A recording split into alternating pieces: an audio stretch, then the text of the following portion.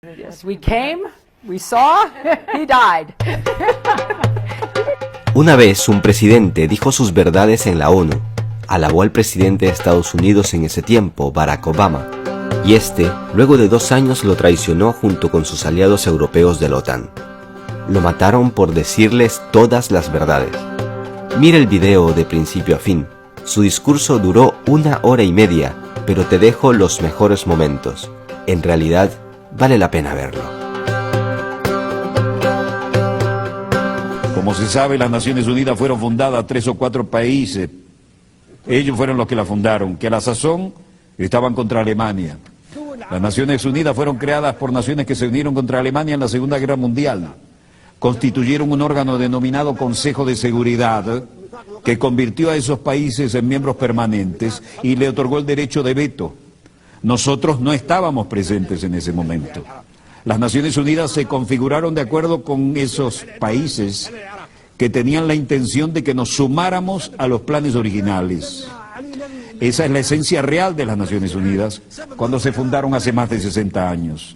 Eso sucedió en ausencia de unos 165 países a razón de 1 a 8.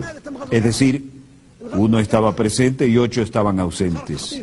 Esos países redactaron la carta, de la cual tengo aquí una copia. Al leer la Carta de las Naciones Unidas, se puede constatar que el preámbulo de la Carta difiere de sus artículos. ¿Cómo surgió la Carta? Todos los que asistieron a la Conferencia de San Francisco en 1945 participaron en la redacción del preámbulo, pero dejaron los artículos y el reglamento interno del llamado Consejo de Seguridad en manos de los expertos, los especialistas y los países interesados, países que habían establecido el Consejo de Seguridad, los que se habían unido contra Alemania. El preámbulo es muy atractivo, nadie lo objeta, pero todas las disposiciones que aparecen después lo contradicen completamente. Rechazamos esas disposiciones y nunca las respaldaremos. Se volvieron obsoletas después de la Segunda Guerra Mundial. En el preámbulo, por ejemplo, se afirma que todas las naciones, pequeñas o grandes, son iguales. ¿Somos iguales en lo que respecta a los pueblos y en los puestos permanentes del Consejo de Seguridad? No, no lo somos. En el preámbulo se afirma por escrito que todas las naciones son iguales, sean pequeñas o grandes. ¿Tenemos nosotros derecho de veto? ¿Somos iguales? No. En el preámbulo se dice que tenemos igualdad de derechos, ya sean nuestros países grandes o pequeños. Eso es lo que se declara y lo que acordamos en el preámbulo. Por tanto, el veto en el Consejo de Seguridad contradice la Carta. No aceptamos ni reconocemos el veto.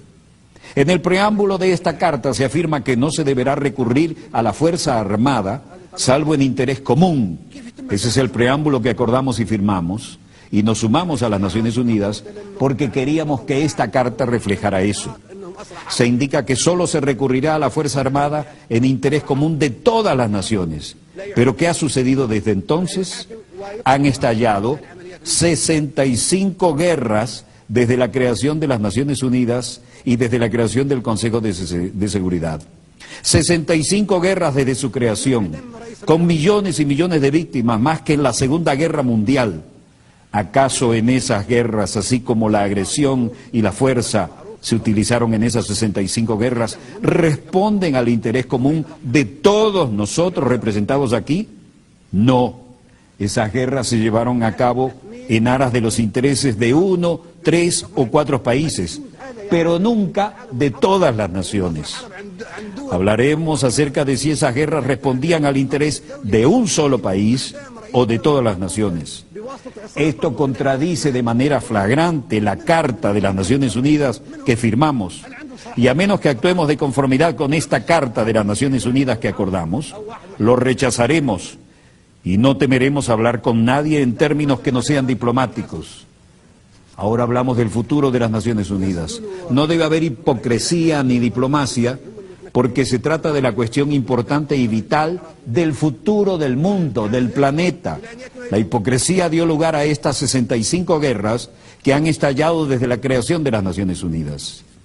Si un país, Libia por ejemplo, agrediera a Francia, entonces la organización entera respondería porque Francia es un Estado miembro soberano de las Naciones Unidas y todos compartimos la responsabilidad colectiva de proteger la soberanía de todas las naciones. Sin embargo, se han emprendido 65 guerras de agresión sin que las Naciones Unidas hayan hecho algo por impedirlas. Otras 8 grandes guerras violentas cuyas víctimas suman unos 2 millones de personas han sido emprendidas por Estados miembros que disfrutan de los poderes de veto en el Consejo de Seguridad. Esos países que pretenden que creamos que tratan de mantener la soberanía e independencia de los pueblos, utilizan en realidad la agresión contra los pueblos. Ingresamos a las Naciones Unidas porque pensamos que éramos iguales, solo para comprobar que un país puede objetar todas las decisiones que adoptemos todos en la Asamblea General. ¿Quién le dio a los Estados miembros permanentes del Consejo de Seguridad esa condición? 4 de ellos se concedieron esa condición ellos mismos. El único país que nosotros en esta Asamblea elegimos con la condición de Estado miembro permanente en el Consejo de Seguridad es China. Ello se hizo democráticamente, pero los demás puestos nos los impusieron de manera no democrática a través de un procedimiento dictatorial llevado a cabo en contra de nuestra voluntad. Y no debemos aceptarlo. La reforma del Consejo de Seguridad que necesitamos no es la de un aumento del número de miembros, lo que solo empeoraría las cosas, para utilizar la expresión común. Sencillamente perpetuaría la proliferación de la superpotencia. Por consiguiente, rechazamos que se aumente el número de puestos permanentes. La solución no es contar con más puestos permanentes, lo que sería muy peligroso. Aumentar las superpotencias aplastaría a los demás pueblos de los países pequeños, vulnerables y del tercer mundo, que se están agrupando en lo que denominamos el grupo de los 100. 100 países pequeños que se unen en un foro que un miembro ha denominado el Foro de los Países Pequeños. Comunicar sus esfuerzos para superar los desafíos que son nuestro principal enemigo común: el cambio climático, las crisis internacionales, el deterioro económico del capitalismo, la crisis alimentaria, la crisis del agua, la desertificación, el terrorismo, la inmigración, la piratería, las epidemias naturales y las epidemias causadas por el hombre, la proliferación nuclear. Tal vez la gripe H1N1 fue un virus creado en un laboratorio que quedó fuera de control y que originalmente se había concebido como un arma militar. Entre esos retos también cabe citar la hipocresía, la pobreza, el miedo, el materialismo y la inmoralidad. Ningún país tiene derecho a intervenir en los asuntos internos de ningún gobierno, sea este democrático o dictatorial, socialista o capitalista, reaccionario o progresista. Esto es responsabilidad de cada sociedad. Es un asunto interno.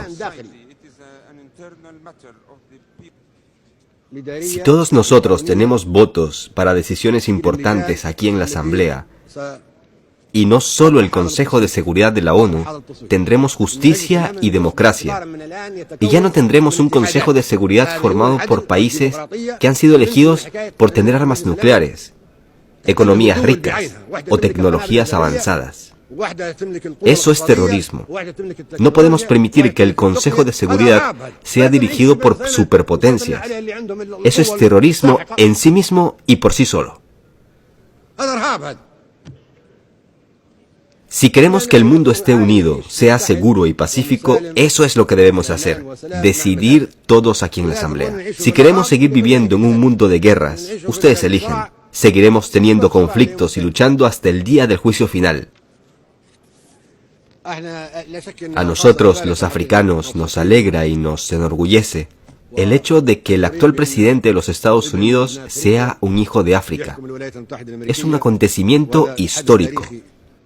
En un país donde en otros tiempos los negros no podían mezclarse con los blancos en los cafés o restaurantes, ni sentarse junto a ellos en el transporte público, el pueblo estadounidense ha elegido como su presidente a un joven negro, el señor Obama, de ascendencia keniana. Eso es algo maravilloso, de lo cual nos sentimos orgullosos. Es el comienzo de un cambio. Sin embargo, en lo que a mí respecta, Obama es un alivio temporal para los próximos 4 o 5 años. Me temo que después tengamos que volver a empezar desde cero.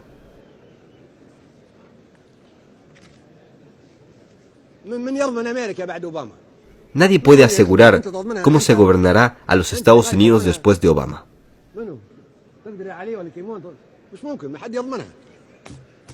Estaríamos contentos si pudiera ser el presidente de Estados Unidos para siempre.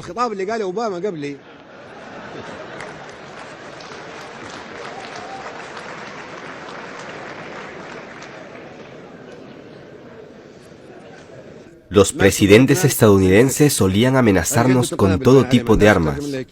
Nos amenazaban con lanzar operaciones como Rolling Thunder, enviada a Vietnam, o como la Tormenta del Desierto, enviada a Irak, o la Operación Mosquetero, enviada a Egipto en 1956, o las rosas envenenadas que Reagan envió a los niños libios.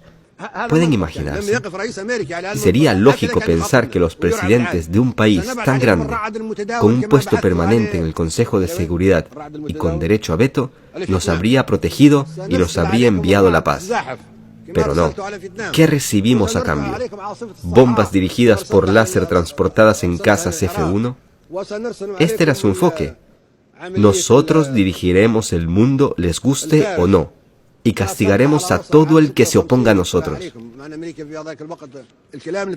El discurso que pronunció nuestro hijo Obama hoy es completamente diferente. Hizo un llamamiento serio a favor del desarme nuclear, lo cual aplaudimos. Dijo también que los Estados Unidos por sí solos no podían resolver los problemas que enfrentamos y que el mundo entero debería unirse con ese fin. Dijo que debemos hacer más de lo que hacemos ahora, que es solamente pronunciar discursos. Estamos de acuerdo y lo celebramos. Dijo que habíamos venido a las Naciones Unidas a achacarnos unos con otros. Y lo cierto es que cuando venimos aquí deberíamos comunicarnos mutuamente en pie de igualdad. Dijo además que la democracia no debe imponerse desde afuera, pero en realidad hasta hace poco los presidentes estadounidenses decían que se debía imponer la democracia a Irak y a otros países. Pero Obama habló con franqueza cuando dijo que la democracia no puede imponerse desde fuera.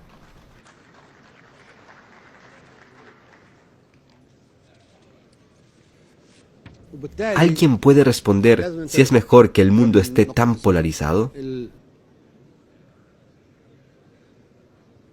Pedimos un mundo en que grandes y pequeños seamos iguales.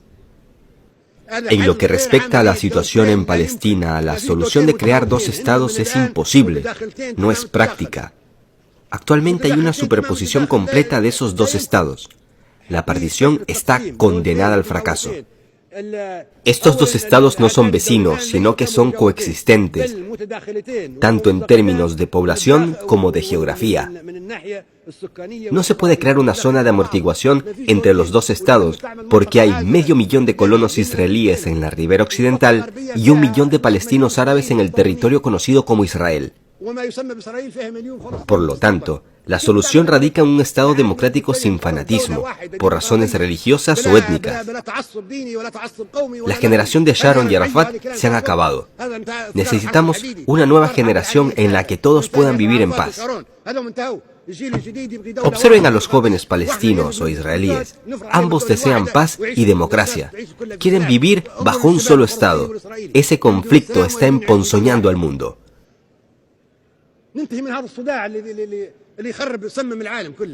En realidad, la solución se encuentra en el libro blanco que tengo aquí. La solución está en Isratina.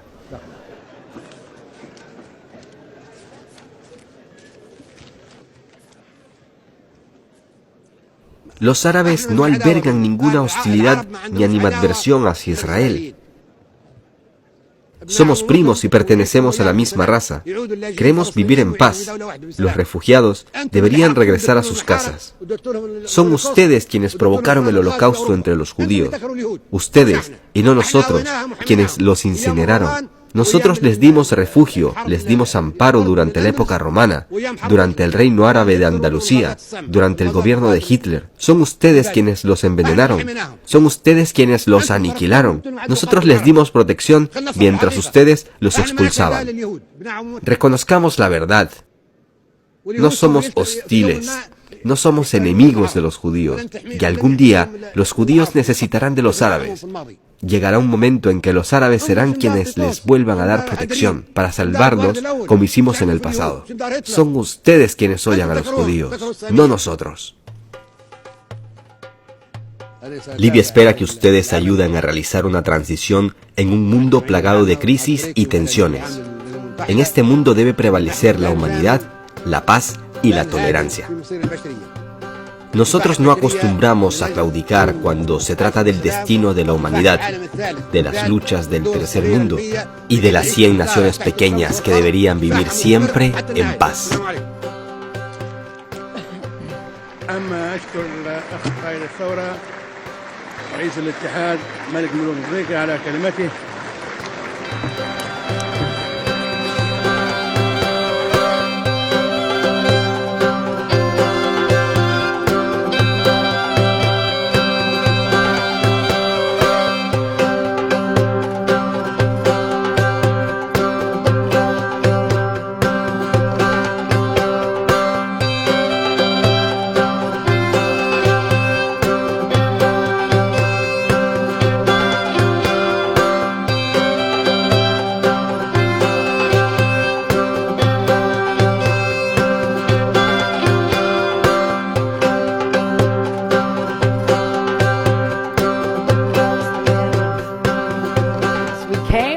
We saw, he died. Did it have anything to do with your visit? Oh, I'm sure it did.